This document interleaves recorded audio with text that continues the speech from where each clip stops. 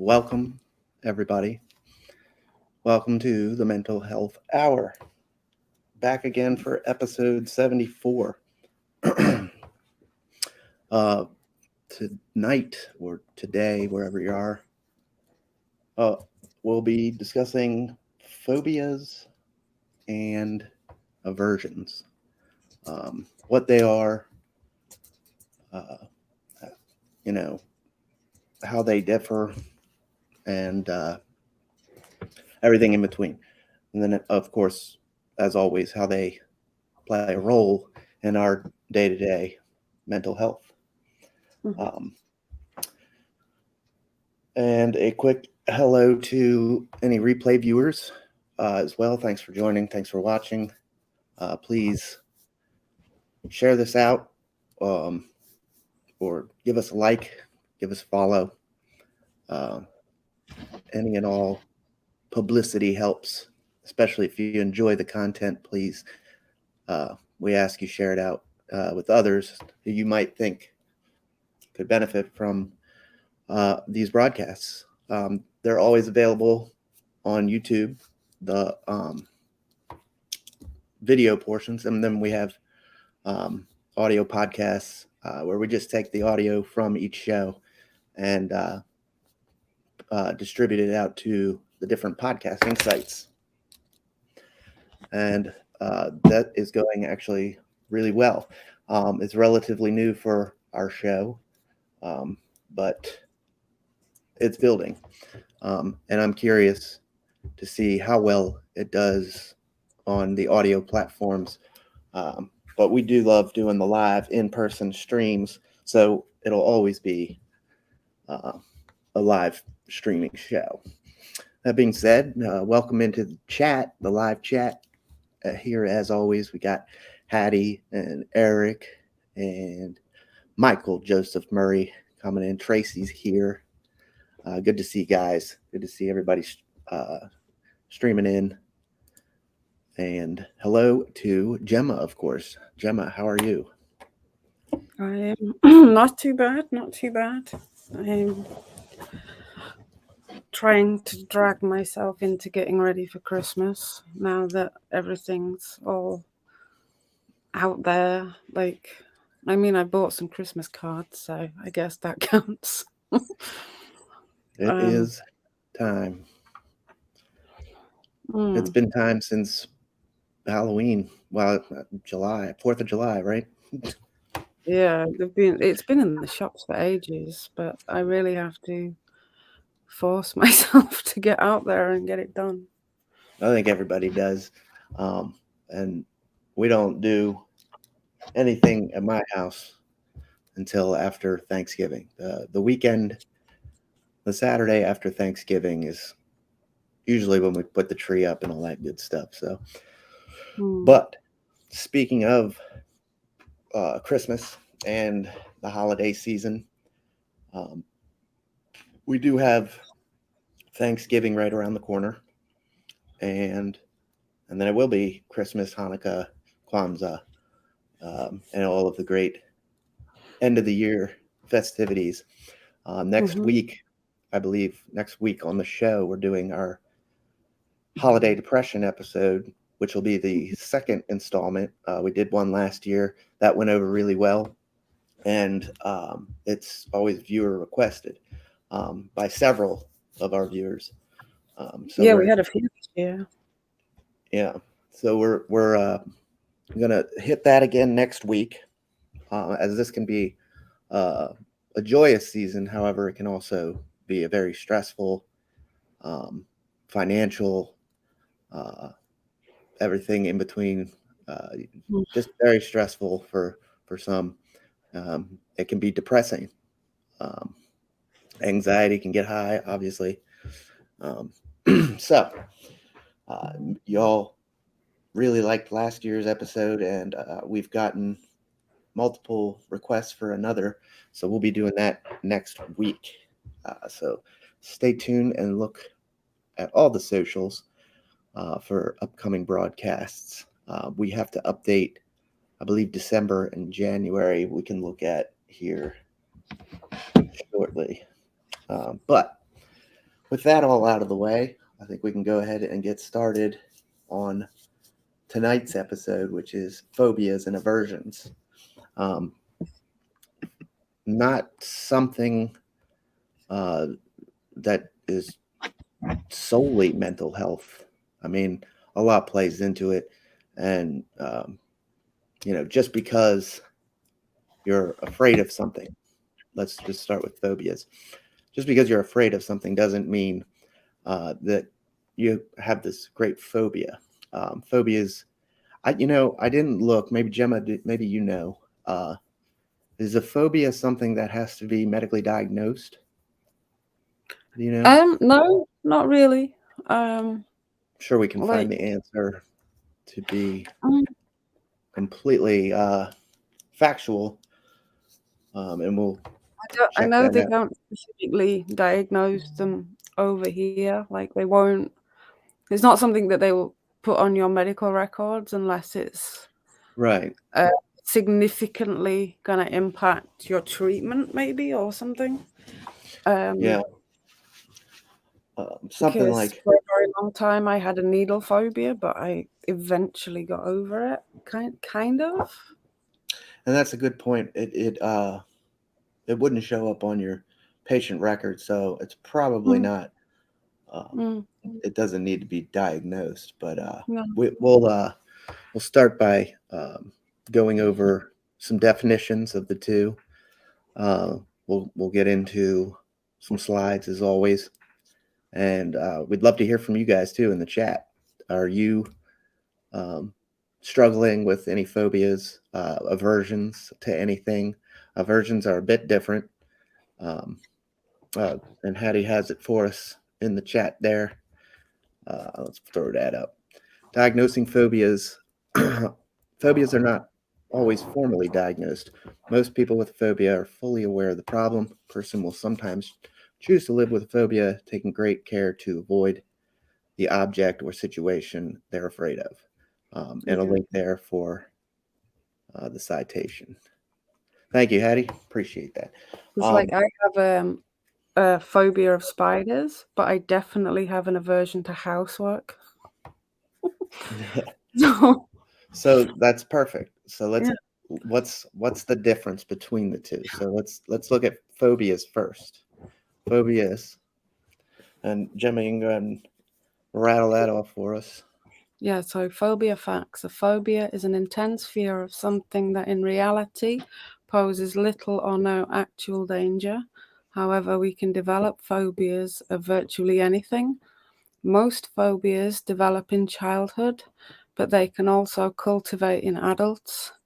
If you have a phobia, you probably realize that your fear is unreasonable, yet you still yet you still can't control your feelings. Thank you. And that is phobias. So, as mentioned in chat, and we're seeing that it's a self-diagnosed thing, um, something that you're aware of yourself, but it's an intense fear, as it states there. Mhm. Um, these are, let's look at some symptoms, maybe like uh, what happens when you're intensely afraid of something. You're gonna Mm, you're gonna have that fear, that anxiety, the panic, um, maybe have a little trouble functioning, um, locking up, or fight or flight kicks in. Probably some sweating, higher blood pressure, heart rate rises, trouble breathing, maybe. Um, any of these things when you're interacting or triggered by something that reminds you. And we remember from our episode on triggers, that's like the five senses kicking in. Uh, mhm. you smell something, you taste something, you feel something, you see something. Obviously, if you have a spider arachnophobia, um, you're you see a spider, you're gonna flip shit, right? Oh yeah. Um, so that being said, uh, you're aware of it. it is more intense than just a regular fear, and you can manage it. You can live with it. It doesn't have to completely shut you down. Now, with that, let's go to the definition for aversions, or I'm sorry, aversions. And I did that almost intentionally because I found a slide with the definitions of both adverse and averse, because we are talking aversions, but the two words do kind of get mixed up. Yeah. So adverse is harmful or unfavorable, often used with effects or conditions, and averse is having a strong dislike for something, usually used with to. Example, I am not averse to taking medication, but I'll stop if I develop any adverse side effects. Perfect. And thank you to MJM, Michael Joseph Murray, for gifting a sub to Retro Maker TV. That is our good friend Chris Wiegand. Um, I haven't seen him live in a while, but he's a fantastic live streamer. Um, Yeah, very much. I used to do some DJ sets on the old platform, and they were pretty incredible. A lot of fun to watch. So adverse and averse they get mixed up a lot. Then you can see why. In the example there, I'm not averse to taking medication, but I'll stop if I develop any adverse side effects. So it's both kind of a negative connotation uh, Mhm. to. Uh, I don't know how to put it plainly, but it's just got that negative connotation. Mm. And we'll get into that a little bit. Let me handle this, and I'll leave it with Gemma real quick to go over the difference between fears and phobias. Yeah. Okay. So fear versus phobia. So the fear is in the brown column, and the phobia in the green. So fear is a common feeling experienced by everyone, and phobia is a form of anxiety disorder characterized by excessive and persistent fear of objects and situations which may not carry real threats. The fear can be felt by anyone when faced with an unknown or dangerous situation. I'll go down the fear side first. It's characterized by nervousness, anxiety, discomfort, and distress. It does not need medical intervention and cannot be overcome by medical treatment. Whereas phobia, it will cause irrational fear that will consume most of your time, energy, and time. Okay, they didn't check that one on the slide. Can cause tachycardia, shortness of breath, dizziness, nausea, vomiting, diarrhea, or even panic attacks. Needs medical help and can be treated with cognitive behavioral therapy, so CBT, as we've discussed on the show before. Yes, and CBT I saw was coming up quite frequently in managing phobias. Mhm. When I was looking at some material for tonight's show, that kept popping up. And CBT, we do have an episode on that as well, with many more to come. We have two episodes on it. We did do a second one, but it's one of those topics that requires multiple episodes to get through. It's a very broad topic to just try and cover in 1 hour. And we're not, Gemma and I aren't medical professionals, so we're just sharing our experience with it. And from different slides like these that we're utilizing tonight, we share that information with you. And hopefully, as we always say, if anything strikes home, if you will, or you would like to investigate any further, we always recommend following up with a doctor, um, preferably psychologist, psychiatrist, these types, but at very least your primary care, just to get the conversation started. Yeah. So the difference between fear and phobia, uh, fear phobia is fear. However, it's that intense fear, right, Gemma? Yeah, very much so.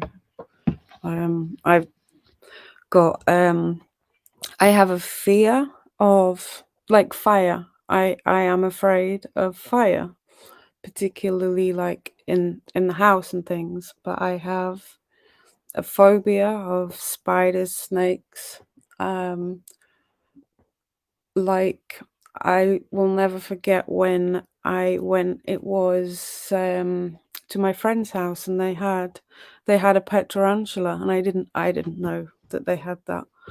And the son came down with it in his hands, and I absolutely freaked out.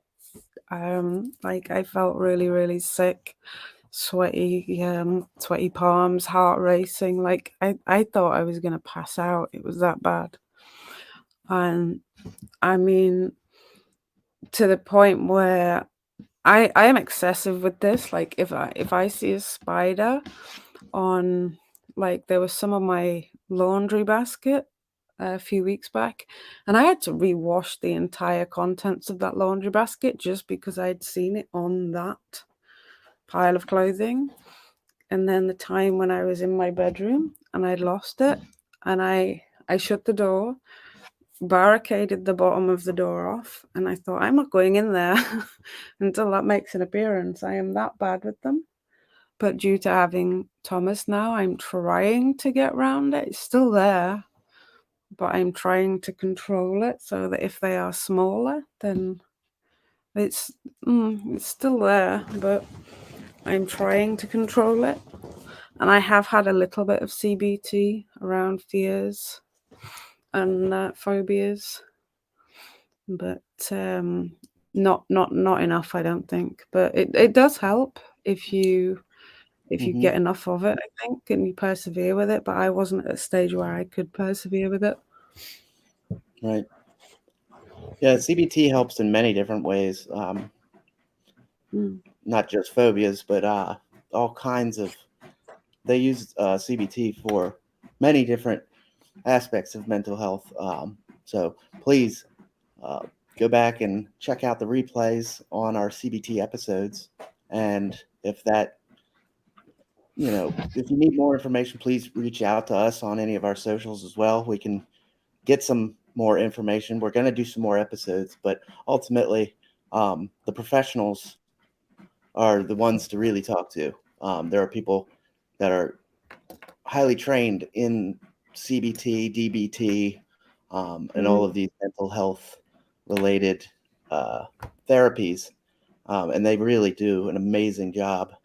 Uh, I can't say enough about it. Um, Mm. I had quite a good experience, as I've talked about on here before, at my rehab, my inpatient rehab stay, where we went through all of these things like CBT, and that was definitely one of them. Have you Mm. had formal CBT therapy, Gemma? Yeah, quite a while back. Not for a while now, but I did have. Um, some of it was private, but they do CBT over here on the NHS, but you only get so many sessions of it. But some of it was private as well. Around it was because I'd had an accident, and it was quite a nasty car accident, and I started refusing to get back in the car. So I had CBT to help me overcome that accident, get back in the car, and start driving again. But because I wasn't able to immediately get back in the car and start driving after I'd had the accident, I think definitely when you have such as an accident, if you leave it too long, it becomes harder and harder. Whereas if you get back, like they say, if you fall off your bike, you get back on it and go again. If you have an accident in a Hmm. car and get back in the car and drive, it's not as difficult as if you leave it a while. And unfortunately, that accident, I was pregnant at the time. I had to be taken to the hospital. My car wasn't drivable. So I wasn't able to drive for a while. And then it became where I wouldn't go in the car. I wouldn't go on that road. And I had to have CBT to do that. And it works because I drive again now. I do avoid that road um, when I can, especially if I'm on my own. But I have done it once or twice now. If I'm And with somebody else. that right there sounds to me like the standard definition for an aversion. Hmm. Avoiding that road. Yeah, Would you consider that a phobia from you, or just an aversion? Like, I think it's more of an aversion now. Definitely, the phobia was getting back in the car after the accident and the fear of having another accident.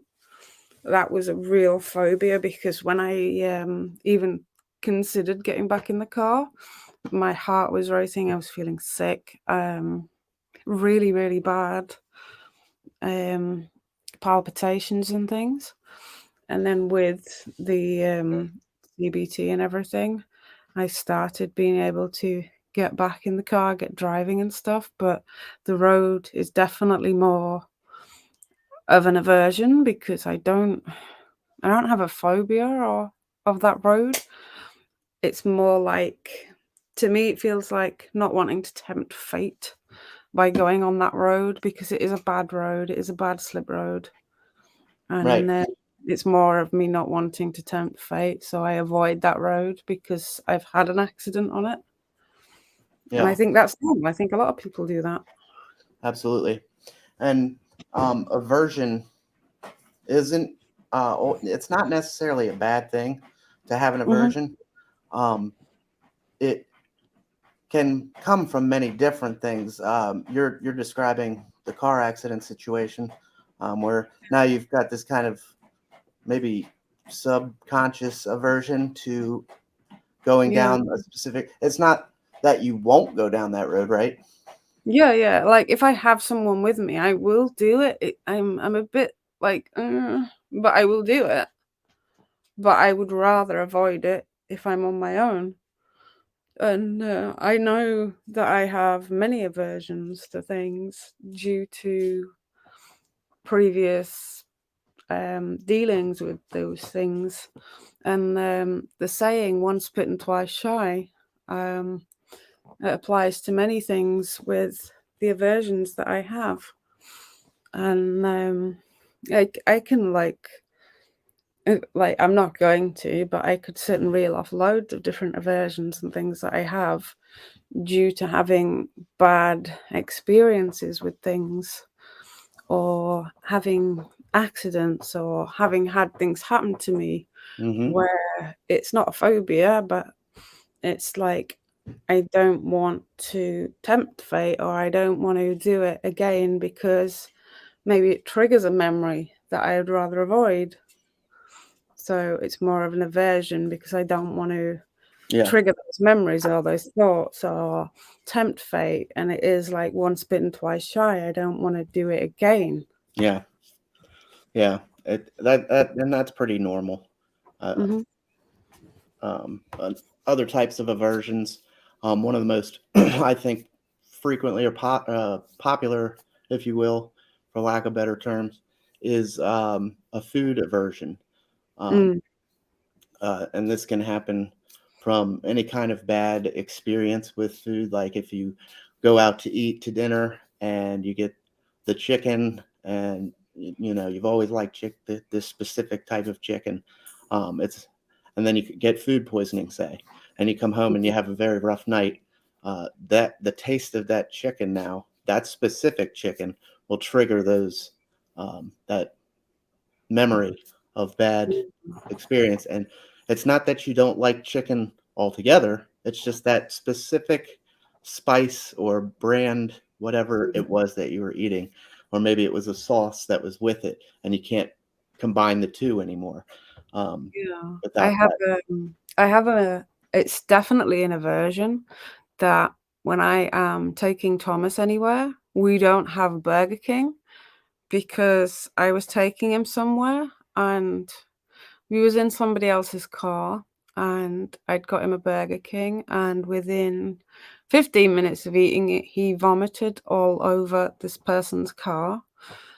And like I wanted to die of embarrassment, and it's being like a standing joke for quite a few years that Burger King and traveling is a no-no because of what Thomas did. just absolutely not happening anymore. And then like just to joke, like every time I take him to London, if we go into a hotel, like I'm not kidding, for the past 5 years, every time I've been to London with Thomas in a hotel, has he vomited?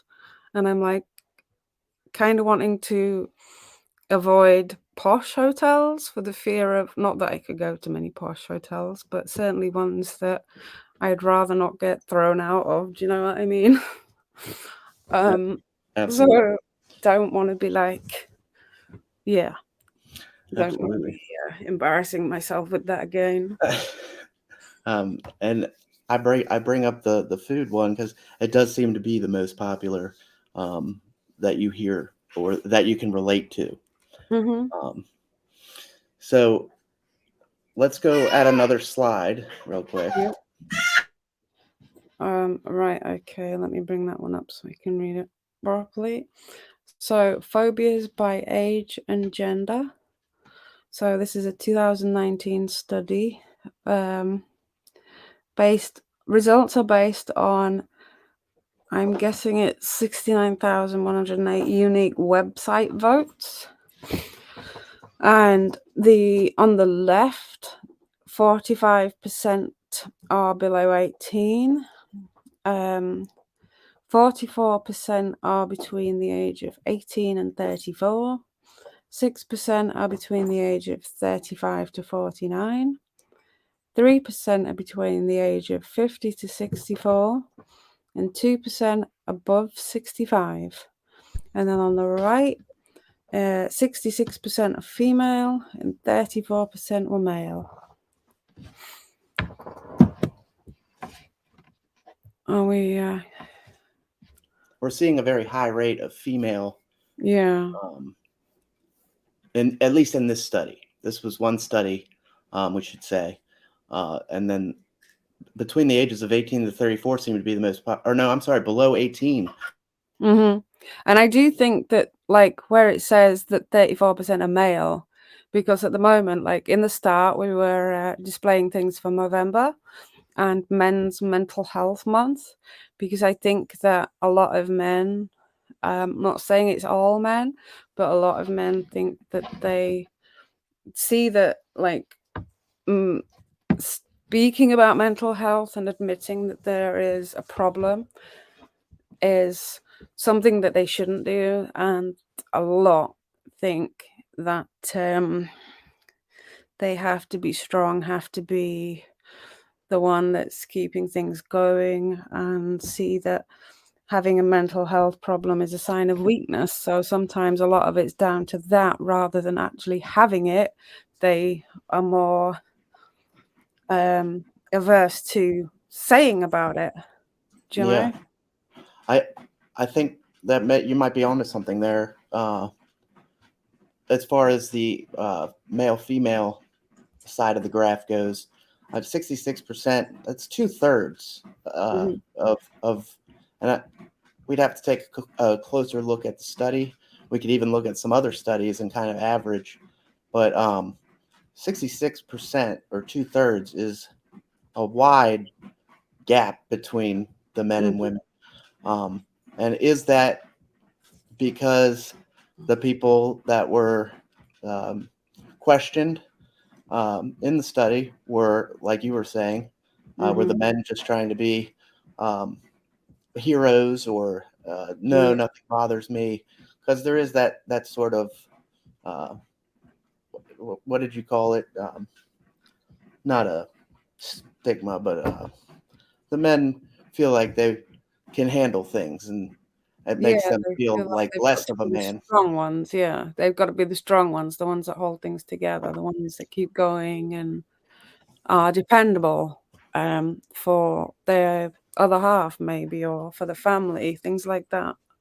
Ego, yes, Hattie, ego, perfect. Yeah. And Hattie also says, I guess I did have an aversion with driving because I had a tiny vertigo attack driving once, and it took me a long time not to get nervous driving alone. Um, I would always worry the next vertigo spell would happen.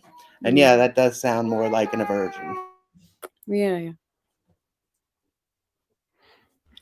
All right. And we'll move on to our last slide on phobias.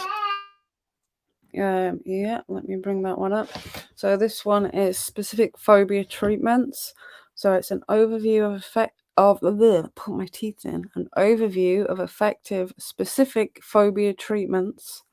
So the first one, exposure in vivo, coming in direct contact with the phobic animal, object, or situation.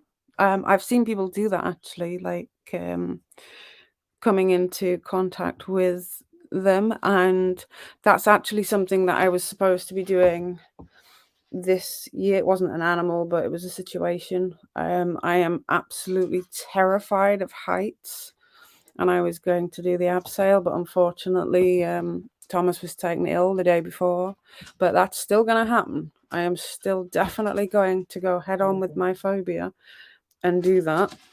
But anyway, moving on. So the second one, imagining a confrontation with the phobic animal, object, or situation. So rather than it being there, you imagine a situation with it. Sometimes they do that in CBT or in therapy where they tell you to imagine a situation, or they will talk you through a situation, even though you're not in that situation, like close your eyes, talking you through those situations. Number 3, cognitive therapy. So, as we discussed, CBT, things like that. Replacing irrational thoughts for realistic thoughts about the phobic animal, object, or situation. So, in the little bubbles, it says the dog will attack, the dog will injure me, I may die. And the dog is curious, the dog wants attention, and I will be fine. And number 4, progressive muscle relaxation. So learning the patient to tense and relax muscle groups in order to learn to relax them by themselves. That's actually something that I did with my CBT. It was kind of like a TENS machine that they connect to you, and it tenses and relaxes your muscles for you. While they're talking to you, they control the machine so that it tenses and relaxes your muscles at the time that they want, and then you do it yourself. Then, like, they'll take you through the same situation, and rather than them controlling it, then you do it. So that actually does help. It's a way of distracting as well. Again, coming down to controlling your body, controlling your senses, like things that you can, like controlling your muscles, but then they do like the tapping therapy, like on your things, on your pulse points, stuff like that. And then the little graph at the top is just like before exposure starts, exposure, and exposure ends. So it just shows the peak and the trough of the having the phobia. And then it says, in exposure therapy, real or imagination, the patient learns that the physical symptoms and emotions will subside after a while and that there is nothing to fear. Examples: in vivo imagination, EMDR, system. Oh my goodness! This is a good one. You found one today, didn't you? That I can't. Yeah. Systematic I can't say that word. Desensitization. That So one. EMDR is, Yeah. um, oh God, I got to remember it now. Eye movement desensitization reprocessing. Yeah. Um, and so systematic desensitization is um, not, it's done another way, not using the eyes. The EMDR is the light bar Mm. usually, or um, there's other ways they do it with vibrations and stuff. Yeah, the But tapping and stuff as well, like yeah, tapping pulse points. supposed to tap into your uh, Hmm. subconscious and other memories that aren't always on the surface. Yeah. And then it says virtual reality, applied tension, and applied relaxation as well in this one. Thank you. Okay. So um, it looks like Penelope wants to join us tonight. Yeah. We had um, we were up since 2 o'clock this afternoon. We go on at 6 on my time. So she was up for a good 4 hours, and I kept her up in hopes that she would sleep through the broadcast. And she slept Isn't for it? 20 minutes, and that's it. But we are teething. We have a top tube Oh. now. She's got her two bottom ones that were she was really good with. Hmm. Um, Not a whole lot of fussiness, but she's got one coming in on the top now, and it's just given her the business. The top one seemed to be the worst, to be honest. I found that with Thomas, but she has an aversion to missing out on the broadcast. Yeah, she normally does pretty well when I can get her to sleep, but teething is no joke on the top, huh? She's even been waking up a little bit in the middle of the night, which she never does. She always sleeps through. Um, Mm, bless but her. yeah. Anyway, she can sit here. That's fine.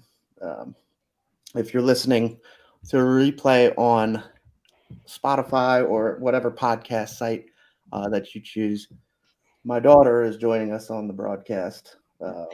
As she just won't be alone in her bouncer right now. Yeah. But looking at what we just went over here, phobia treatments, again, we always try and put some kind of resolution or what can we do about it or how do we manage it type slide in there. Very Mm. manageable. It's not an end all for anything, of course. But you do have, it's like anything else, you want to work with medical professionals, maybe get some medicine for anxiety because phobias are for the most part a very high anxiety type situation as it goes towards mental health. It's an anxiety thing. Um, Hmm. I mean, when you think about it, it doesn't elicit any depression, does it? It doesn't elicit uh, or trigger any. Well, I guess it almost probably could Hmm. fall in PTSD a little bit if your Yeah. phobia is very strong, or it's PTSD induced maybe. Yeah. Yeah. But uh, you can do many different things. Put yourself in situations to try and get more comfortable, as long as it's safe, right? We don't want to put ourselves into unsafe situations to try and get over a fear of heights. um, we're, that wouldn't be the best of ideas. Um, but Hmm. the number one there does say coming in direct contact with the phobic animal, and it's suggesting a dog. Um, Yeah. put yourself in a position to a safe position, a friendly dog of a neighbor or a friend, family member. Hmm. Try and get more comfortable with it, um, and try and work out, um, not work the phobia out because I don't. I think you're always going to have that fear, but Mm. you might be able to manage it a little better. And then we've talked CBT, um, and it dives a little bit deeper into the EMDR world and desensitization and all of that, Yeah. which that 100% needs to be done by a trained position in the matter. Oh, definitely. There was actually a program. I will see if I can find it and put a link to it if it's on like YouTube or something. But it was about people's fears and phobias. I need to find out what it was called. And I remember there was one person because it was spiders, and I thought I'd love to do this to try and get over my fear of spiders. And they would have the person in the room, and they would start by telling them that there is one in the room next door, and then they would be like, okay, and it's in a clear tank, and we're going to bring it in. And they brought it into the room, and they put it so she could see it, but it was nowhere near her. And then it would come closer, and then they would take the lid off, and it would get so that it was progressively, gradually getting closer to her, and that the lid was off, and then there was a risk that it could get out. And then they would take it out and put it on the surface near her, and eventually she was actually able to hold it, which I found remarkable. But it was, at first she was absolutely terrified of it, and there was multiple different people doing this, and I'm going to try and find it because I found it fascinating to watch. But Was it like a Netflix thing or a? it was something on the TV here. So it was just a cable program. Yeah, definitely like some sort of Yeah, TV series or something. But definitely. Definitely try and look into that, and we can post it up if you find it. yeah, We'll post it up in the Discord. I think it'll be Um, really good to watch because I found it fascinating when it was on. it does sound So it interesting. must I would probably exist. that would be something that I would watch. And There's not a there was lot all on sorts of TV. different things. Yeah, there was all sorts of different fears and things, and they would have it where some people would be they would have to, like, it wouldn't be in a building, they would have to be going out and doing it. Like Mhm. there was one that was um afraid of, I think it was something to do with driving after an accident, because I could relate to that one as well. And again, that they would go look at the car, they would hold the car keys, they would get nearer the car, they would get them to sit in the car, not in the driver's side. Then they would get them to sit in the driver's side. Then they would get them to start the engine. Then they would get them to like do things and eventually get them to drive it. Mm. And it's amazing how they do this process of getting them closer and closer to the phobia, So I and would then be getting them to overcome that phobia. And it really is. It was fascinating to watch. So I'm going to have to find it. yeah, I would be interested to see Mm. the process there because it sounds like a very it sounds like an interesting watch. Oh, Uh, definitely, and to learn a definitely. little more. I would also be interested to see if they could, or if they have an episode where they work with somebody that's agoraphobic, or as you say, Mm. Agoraphobia. agoraphobia in the Yeah. UK, agoraphobia here, um, which is the fear of leaving your house, an intense fear of leaving your house. Um, that is, from what I've seen, very traumatic to the person that is afflicted with it. Uh, Mm.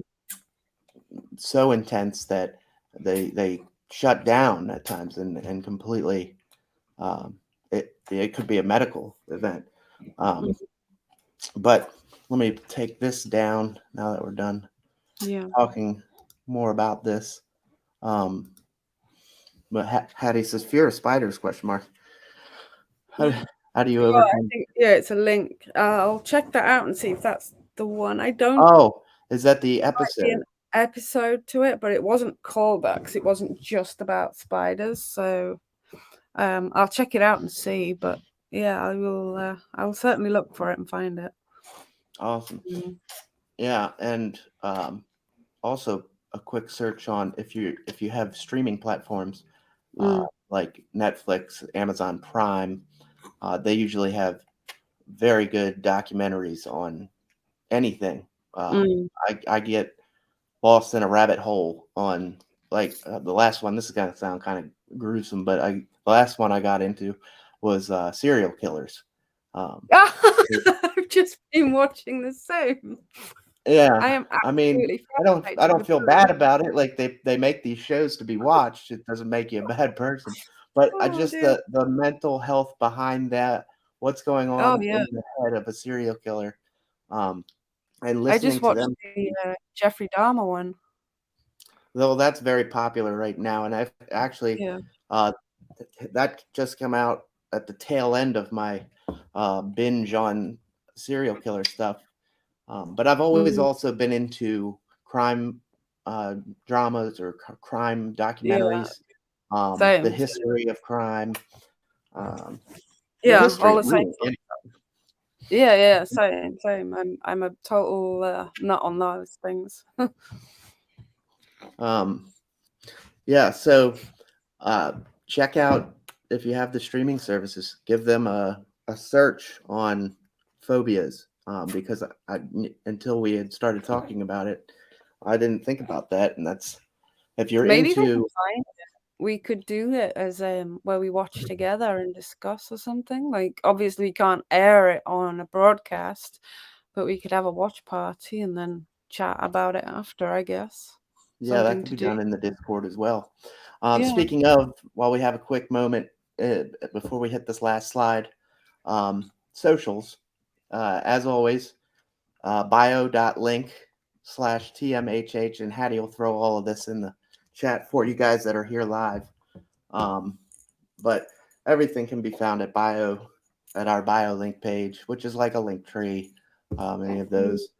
And we highly encourage everyone listening to at least give us a follow in the Discord. It's a great community.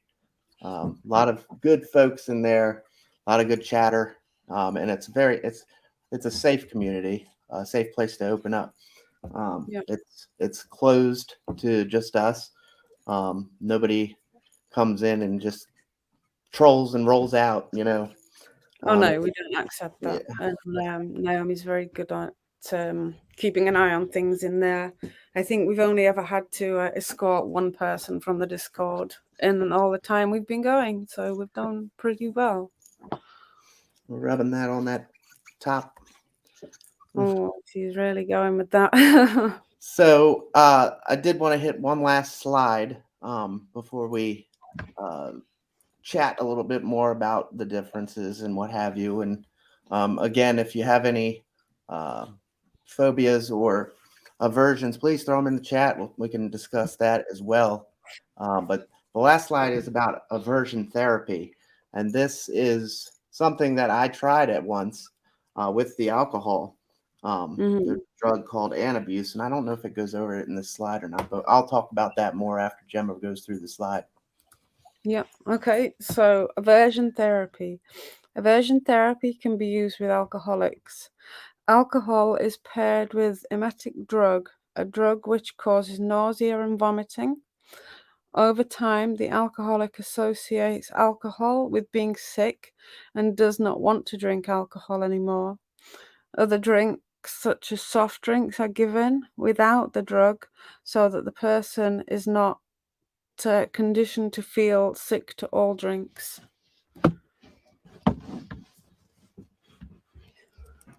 Right.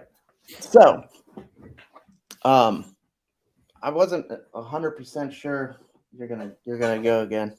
I They wasn't actually a, did that with when I was having trouble with my overdosing. They actually gave me something that would make me sick to yeah, do that with, so that every time I had overdosed, I knew that I was going to be sick. yeah, and that was the idea behind, yeah, that was the idea behind the drug they have for alcoholics called Mm. antabuse. It it's not an emetic, um, as that states. Which, if you don't know what an emetic is, that's a drug that specifically makes you vomit. So, like syrup of ipecac, if you remember that, that was an emetic. Um, Mm. but antabuse was had adverse effects if you drank alcohol to the point where if it would make you throw up, or some reported like a really terrible hangover. Um, but mainly it's thought of with throwing up. If you drink on this, it's going to uh, make you throw up, and it's supposed to create that aversion to alcohol and help you not want to drink anymore, Mm. um, which is the ultimate goal of aversion as a therapy is to try and change that bad habit into a good habit, Mm-hmm. or just snuff it out, I guess. Um, Yeah. that's the best I can describe it. So they do use aversion as a therapy. Um, you can also use it with pets if you're familiar with the shock collars, um, or um, trying to think of something else. Maybe the outside fence. They have electric fences. You don't. The dog then is trained to, Mm. if I bark, I'm going to get shocked. And of course, as with anything, aversion therapy, not just for pets, but even for humans, comes with its pros and cons and its lovers and haters. Um, Yeah. so I don't know if you want to add to that, Gemma. Um. No, I think that's covered. I know that I was trying to think of what I was trying to think of something, but yeah, like definitely with pets and stuff. I know there's the anti-bark, the collars, things like that. And I know with my cats, it's not so much as a if I do this kind of thing. It was an anti scratching and anti peeing things, but it didn't really do anything to them as such as deter, but it um yeah, like it definitely used with pets and stuff, but I did have it myself where I was like I went through it with the overdosing, and it was a syrup. It was a thick syrup that they gave me. Syrup of Ipecac, was it? I don't know, but by God, did it make me vomit. Yeah. So that used to be the intention of that drug, was to get the toxins out of you. Yeah. So if you did ingest something, and you used to be able to, at least here in America, you used to be able to buy it over the counter. You can't anymore. I don't even know if You they never be make able it. to I know. Um, Yeah. but it was an older medicine back in the day, um, Mhm. that was one of their go-tos for at home pumping the stomach, really, like get that stuff out of you. Yeah, yeah. That's literally what it was, because sometimes I would have to go to the hospital for it, but then other times because of my age as well, like my parents had it and they would give me that so that I would like definitely bring it back up. But I did start associating that with being sick. And I think to a degree, some of that is what triggered my eating problems as well. But um, when we were talking about food aversions as well, I was actually force fed at school mashed potato. So I had this huge aversion to mashed potato for quite a while. Um, but uh, yeah, it's funny how something happening can cause such aversions. I use squirt guns on my cats to stop bad habits. Now I only have to lift the ball. Yeah, that's actually a good thing. I did that actually when my cats were scratching, just tiny little, not like much or anything, but it'd be enough to like, nope. But yeah, it's true. You only have to lift the bottle now, and they're like, oh no. Yeah, and that's a perfect example. Um, Yeah, 'cause it doesn't hurt them or anything, but they know not to do it, and I was certainly not Absolutely, a fan of the using intention chemicals. the intention behind aversion therapy is not to harm.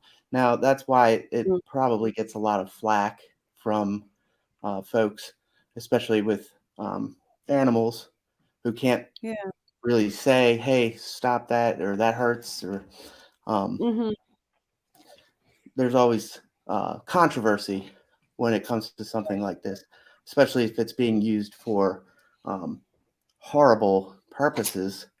I know back a long time ago, they used to try and treat things we didn't know about very well, maybe um, autism or something like that. Um, with aversion therapy, and that went Mm. that I believe has gone the way of the wind. Um, we don't do Yeah. things like that, or another one from back. I don't know how long ago, but they used to uh, try and treat. I don't. I'm trying to dance very carefully because I'm not a I'm not a proponent for it. Mhm. But if you were gay, they thought that they could treat you. Yeah. They thought there was a route of treatment, that something was wrong in your brain and you needed aversion therapy. And that that's the kind of stuff that should bring controversy and always will, thankfully, Yeah. especially today when I feel like we know a lot more. We have Yeah. I more. mean, I know for a fact it still goes on, but it definitely, yeah. Yeah, I mean, like, we don't want to be getting too much into opinions and stuff on here because, like, that's not what it's about. But yes, it certainly existed and it still does exist. I have actually seen it going on, like online and things I've seen, and it's very, very controversial. There are uh, like countries, religions, and things that will do that with many, many different things. And I know you can use it even with children, like not to cause any harm or anything, but like Right. um, just to as a way of teaching them behavior and things, but obviously not to cause any sort of harm or anything like that. Yeah. But And yeah, like I said, though, yeah, it's the intention of aversion therapy has never been to inflict mhm, harm on yeah, man, human, animal, or any of that. It, it yeah, was it was all they had at the time, and again, mhm, as I said before, we didn't know then as much as we know now, and how yeah, harmful that may have been at the time. Now, mhm, aversion therapy today can still be used in a healthy manner, uh, yeah, and for to treat things that actually need treating, for lack of mhm, better um, words, right, Penelope? yeah. You see how tired you are. More about putting positive on the positive spin on it rather than like a negative or harmful one. Mhm.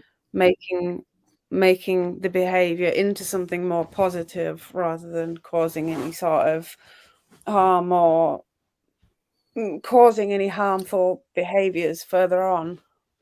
Right. So, with that being said, I think Mhm. that's a good start for this episode. We may revisit later down the road. Please, as always, visit the Discord or any of our socials if you like tonight's episode. We'll put Mhm. all the slides in the Discord, um, and then you can continue the conversation with us. Let us know if you want more information. Let us know if you want to discuss something further. Um, we enjoy um, communicating with you guys in our community, and it just makes the show that much better. As Hattie drops all of our community calendar, we'll go ahead and go Mhm. through um, tonight. I did is Ray here? Ray's in chat, yes? Yeah, Yeah, Ray's about. I did download off of Twitter. I hope you don't mind, but there you go. One of our moderators here on the Mental Health Hour and a part of our team. Yeah. A ray of sunshine, 21 in the chat. There he is right there. Let me bring him up. There he is. A ray of sunshine. Go ahead, give him a follow on here on Twitch. Ray's streaming tonight his show. He's in season 3 of A Ray of Sunshine. It's just a great show. 8 p.m. Eastern time. He talks about good stories, good vibes. I'll let him tell you more about it tonight. If you can join in, we highly recommend it. It is a good broadcast. He does a great job, and he does. I still say, Ray, those quotes at the end are my favorite part. Penelope's too. And another one of our show's favorite episode or favorite live streams is Catalyst with Jim in Chicagoland. He's usually here with us and in the chat, but he said he's been awful busy at work here lately, working some later night. Gemma, can you take away the last few? Yeah, I will do. Who've we got?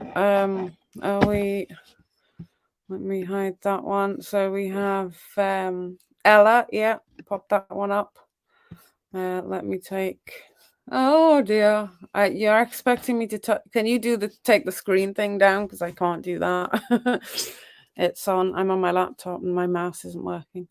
But yeah, Ella is usually sometimes in the broadcast, but she does some late night streaming with her ukulele, puppy cat, and her website, mybunnyvalentine.com, for all things bunny rescues, to help her support the bunny rescues, and the code FIREDUDE15 to save 15% on all your purchases. She goes. I think she goes live like most days early. Yes, it's late in the evening or late in the night. Usually after late in midnight. the night for her. Yeah. And then we got Blaine and Wilson, Beardo and Weirdo. Did we do that one? No, we haven't. Yeah, Beardo and Weirdo. Yeah, I'm not good at the outro ones. Yeah, there we go. Beardo and Weirdo. Which is Tuesday and Friday nights, 10 p.m. Eastern, 7 p.m. Pacific. Like cooking, trivia, games, lots of fun. I usually have to catch the replays because of the time. Promoting positive mental health and sleep. It's past my bedtime, but yeah, I usually catch the replays, and it's really good fun, really upbeat, really nice community there as well. And then my own. I am actually making I'm actually making a quiz. I'm going to be doing a Christmas quiz nearer the time to Christmas, but I'm going to be doing some crafting this next week. I've got some Christmas crafts, Christmas baking, Christmas crafts that I'm going to be doing, giving you some ideas on things to make, some gifts that you can make, some like with money, the way things are. I have some really good ideas on things that you can make to give people as gifts that are cheap to make but really effective.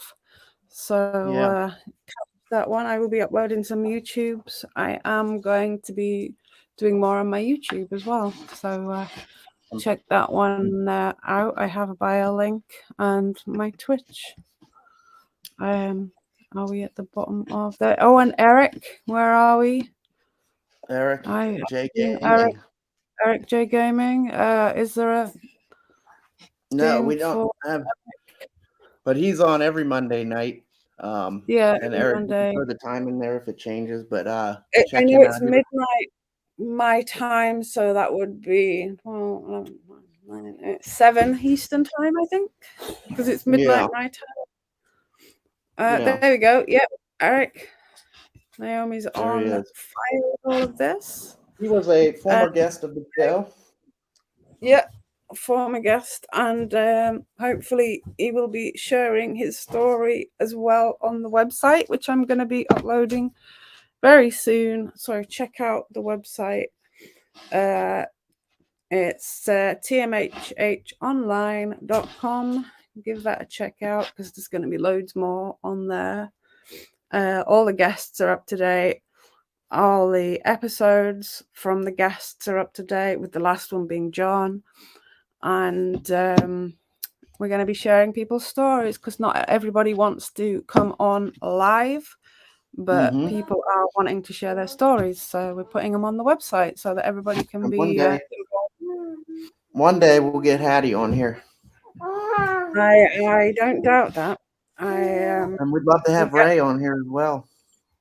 Definitely. But We need anyway, I'm going to see if I can get this little girl to go to bed for a little bit. Yes. And if anyone has any aversions therapy for a child getting out of bed a million times a night, that would be really useful for me because he still is out of bed and he only had 2 hours sleep last night. So yeah. All right, guys. Like I said, next week, holiday depression. Keep your eye out for the promo coming soon, and we'll see you guys next. Well, hopefully, we'll see you guys tonight in Ray's broadcast. That'll be, as it says there, at 8 p.m. Eastern time. Thanks again for joining in. Thanks for all the bits, all the subs, all the likes, all the shares, all the follows, and thanks to the replay viewers if you've made it this far. To listening in, and please feel free to share us out.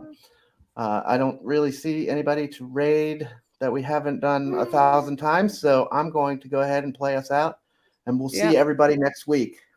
Bye, guys. Bye.